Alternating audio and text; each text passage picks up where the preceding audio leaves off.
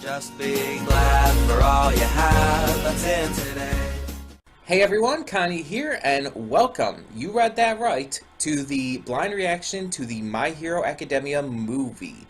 Yeah, this one may be coming out of nowhere for a lot of you, but honestly, I told you guys before when this had been coming out and everything that I was going to react to it first chance I got. And well, that time's finally here now that it's out on DVD and stuff. So, yeah, I mean, out on DVD in, in Japan. I am reacting to the Japanese version of this. I'm not doing the dub. One, because the dub comes out in March and I don't want to wait. And two, because I honestly, while I like the dub, I prefer the Japanese voices for this one. It's one of those shows where I actually do legitimately like both versions, but I just prefer the Japanese. So either way, yeah, I'm excited to get to this. I'm excited to get to this movie. Again, I know it was a big surprise, but it came out. It was available on the websites I use, so I had to get to it. And I had to get to it as soon as possible. So, that being said, what do I know about this film? Well, I believe it's called Two Heroes. And we kind of got a glimpse at it with that special episode during Season 3. Apparently, All Might is going to be reconvening with an old friend, in fact, an old sidekick named David Shields. David also has a daughter named Melissa, who I guess is the one who kind of put together this reunion between them. I know the villain is voiced by the same guy who voices Johann Liebert from Naoki Urasawa's Monster. I believe he also voices Torbjorn in Overwatch, funny enough. Completely different kind of voice, but still. I cannot think of his name right now. I've met him, too. I met him at Youmacon one year. Yeah, I cannot think of his voice right now. I think it's Keith Silverstein, that's it. Yeah, Keith Silverstein is the villain, in the English dub at least. I do know that. I'm just going over what I know right now. I don't know who the Japanese voice actor is. I also know that apparently, I mean, we obviously kickstarted this with the special episode where All Might invites Izuku to come with him to this island, where I guess all of this is being done. And now the question I have is, how are the other heroes, our other students going to get there, for those who are going to actually be there? I know, I've seen trailers, I know Bakugo will be there, I believe Kirishima and Sue are there. I think Jiro is there. I'm not 100% sure on that one. I know not all of the students seem to be there, but I'm also wondering exactly how the plot is going to go from just All Might reuniting with his old friend and sidekick to the villain. Like, how's the villain going to come into play? I also know that Funimation recently released a Valentine's Day promo for the movie. The Valentine's Day promo kind of made out a joke about All Might and David Shields maybe being in love together. And one, it's awesome that Funimation did that kind of thing, like clearly a homosexual shipping. That's awesome. But even beyond that, I think it even had this little gag in it that kind of called out to the very popular ship of Bakugo and Kirishima, which I'm all for, as you know. So that's pretty awesome that Funimation did that. I mean, even if it was meant to be just a fun little Valentine's Day gag, it's still a pretty cool shout out to those in the fandom who do ship these kind of things. Now, as I said, I don't really know too much about the plot of the movie or anything. I've seen a couple trailers and all, but I don't remember all the details from them. So, I mean, I can't say for sure on anything, but I'm very interested to see this. Now, from what I've been told and what I've gathered, this is considered canon to the series. But as for when it takes place, I'm not 100% sure. Now, I believe from the trailers that All Might is during part of the movie in his powered up form. And I believe if it is continuing directly off of that special episode, I believe that special episode took place before the events of season 3. After the events of season 2, but before season 3. So if that's when the movie also takes place, which would obviously make sense, it's going to be interesting going back to that period, because there's a lot of things in the current season that have happened that I'm going to have to remember wouldn't be a thing yet as of this point. I mean, All Might, for one, having not lost the last bits of his power. Bakugo having found out about All Might and everything, and having that big fight with Izuku in Season 3. The exam, the licensing exam and everything that went with that. And Mirio, Tagata, and the others of the big 3 who arrived. There's a lot of big things from Season 3 that are not a factor yet. Also, I'm wondering if any of the other villains from the League of Villains are going to have some kind of appearance at all. How will our villain in this movie, if at all, relate to the League of Villains, and especially All for One? It's just legitimate questions here I have on how all of this is going to connect and what they're going to do. But I have faith. I have faith that this movie is going to be great. I've heard great things about it from people who have seen it already, whether they saw it in theaters with the dub or whether they have seen, in some cases, the Japanese version. Because believe it or not, I actually follow people on Twitter who are like American-born but live in Japan and stuff, and have seen this already. Plus, I've just heard people's thoughts, just regular Japanese citizens, on what they've thought. Not really spoilery, though, obviously. But yeah, I'm really, really excited for this. As I stated, Season 3 allowed this series to become my favorite anime of all time. Actually beating out Fullmetal Alchemist Brotherhood, which I did not think would happen. Because FMA had been my favorite, well, FMAB to be specific, had been my favorite anime for such a long time. So to be completely overthrown like that was really surprising, but not unwelcomed. So I really do have faith that this is going to be great. I guess we'll see, though. I guess we'll see. In the meantime, though, we're just going to get this started because I can't wait any longer. So, when the screen fades to black, pause this redirect and go to the description below.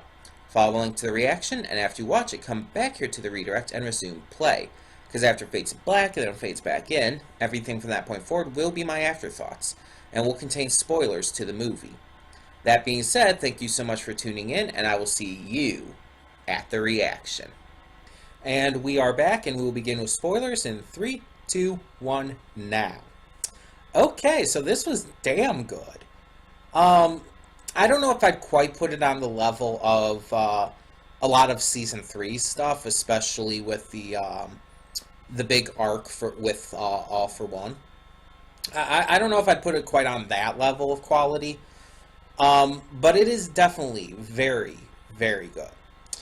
So yeah, the story here, basically, Sam, David's assistant researcher, was, gave him the idea to, in order to get their research project back to help All Might, gave him the idea to hire fake villains to help kind of solve all of these problems and everything, to get everything back, help All Might, and just kind of escape and be somewhere else.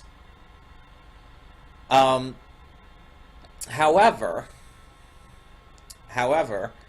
unbeknownst to David, Sam had actually hired real villains and seemed to be kind of upset by David's lack of drive and everything in getting his his project back and everything. So David was really he wasn't going to hurt his plan wasn't going to hurt anyone initially. It wasn't going to cause any real trouble. It was basically just a ruse in order to be able to get his stuff back. Which, I mean, to be legit though, he was still committing a crime by doing all of this, and they made sure to note that. But at the same time, he was coerced into it. We can't deny that either. So we find out that the bad guy here, who I don't know if we ever actually got a name for. At least if he was named, I completely missed it. But the bad guy here, we find out was a real villain the entire time because, you know, Sam hired real villains. And that he was really intent on taking the research himself. We also found out that he had been secretly working with All for One and had even gotten some other quirks from him. So, yeah, kind of builds up All for One better as a villain as well. But otherwise, so All Might and Izuku go to this island, Island, for this basically big event that they're hosting, this expo that is sort of to give people a look at the island and its festivities and everything prior to it opening for the public. We see a bunch of the other students are there too. Bakugo was invited because of winning the UA Sports Festival, and we see that anyone who gets to go also can have a +1, basically. Bakugo invites Kirishima, All Might invites Izuku. I don't know why his name escaped me for a second. We find out that Endeavor apparently was there too, or either that or he was invited but chose not to come and sent Todoroki in his place. I'm not entirely sure. Because Todoroki said he was a guest, he was like the +1 of his father, so. But then there's the others who are there too.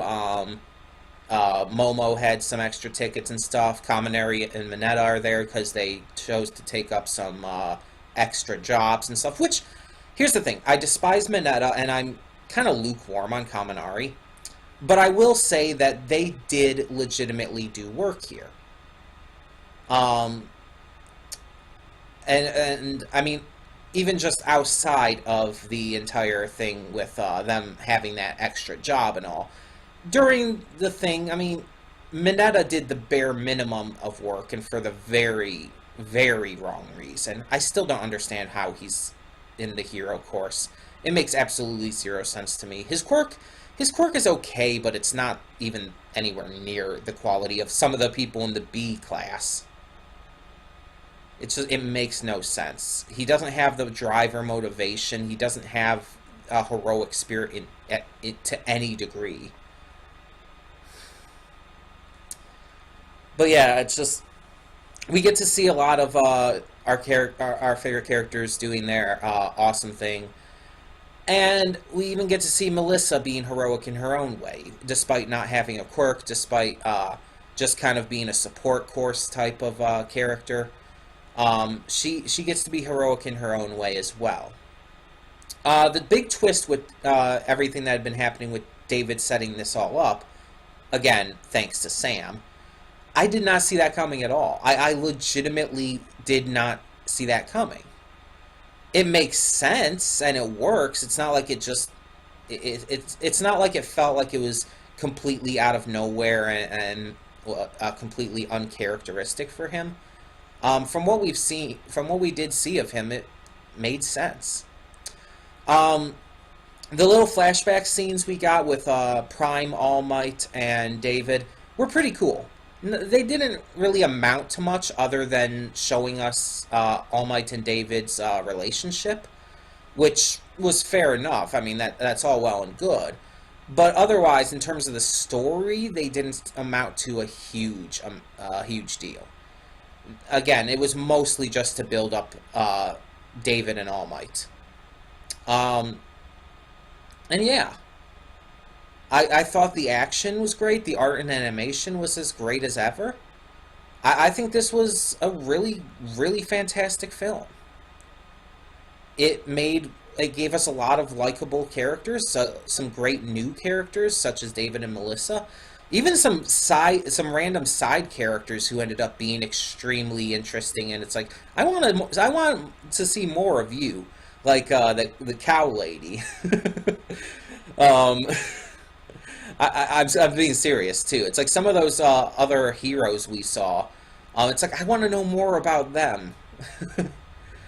um, it's just there's so many great ideas I feel that this movie accomplished well. But here is the thing: this is a completely isolated event as of now. It does not affect the series in any way, even though it's presumably canon from what I've heard. The events of it will not affect the series in the same kind of way that the events of the Equestria Girls side of things with My Little Pony Friendship is Magic won't affect the Friendship is Magic series in any extreme way. I mean, the only way Equestria Girls has crossed into the FIM series was with the Dazzlings being shown in a brief example of what Star Swirl and all had done. And it wasn't even really affecting the current day situation with that. So, yeah. It's kind of like that, I feel, though. Which I'm fine with. I mean, this takes place between seasons 2 and 3. And I'm fine with it not really having this huge effect. But I will say I would love to see David and Melissa return in the series at some point. Even if it's filler, basically. I think it would still be cool to see. Or heck, if we end up getting another movie or a special or something. I heard that the DVD release over in Japan for this movie actually did include a special episode. And I might be reacting to that at some point soon as well. But yeah, it's just... I want to see them in the actual series. Again, even if it's just filler. Even if it's just a special. I want to see them actually appear in some way in the series. Or at least have another movie, some kind of follow-up to this, maybe. I don't know. But yeah, I did really legitimately enjoy this. It was a fun ride. It had a good story. It had good characters. Good backstory and stuff. Though we didn't find out all the information I would have liked to be fair. I would have liked to know if that stuff with Prime All Might that we saw with David, if that was before or after Nana Shimura's death. Just to get a kind of time frame of things. Because we know Nana Shimura was killed by All For One. And, I mean, obviously the Prime All Might stuff was prior to his fight with All For One. Though we don't know how long before. We also know that the Prime All Might stuff was him apparently still during his training, because he was a transfer student. So that's interesting to know. That also raises a question. It was kind of toyed with, the question of how old they actually are, both him and David. But it didn't actually reveal anything. And I think that's one of the things I've been wondering the most about All Might. Just to kind of get, again, a time frame to these characters and their events. But either way, I mean, it's kind of still cool to have that level of mystery to a degree. But yeah, I like I said, I really enjoyed this. I really hope some other reactors I've seen end up reacting to this movie as well, such as Rarity Dash, for example. Though he'll probably wait until the English version comes out, so probably next month. Which means he might end up just doing it for the his movie night in March. I don't know. But I'd love to see him react to it either way. I'd love to see other people react to it. It's just a really great movie. It's definitely worth a reaction, I feel. And yeah, I had a lot of fun. I thought it was well done. Just being kind of repetitive now, but I don't know. It feels like I should have more specific things to say, but I really don't. Either way, if there's anything else you want to know my thoughts on regarding this movie, please feel free to mention it in the comments below. If there's anything else you want to ask, anything you want to say, etc., etc. In the meantime, thank you so much for tuning in. Thank you so much for continuing to support the channel. And for now, I'm Connie, and I'm signing off. See you all next time. And though you've come through many obstacles,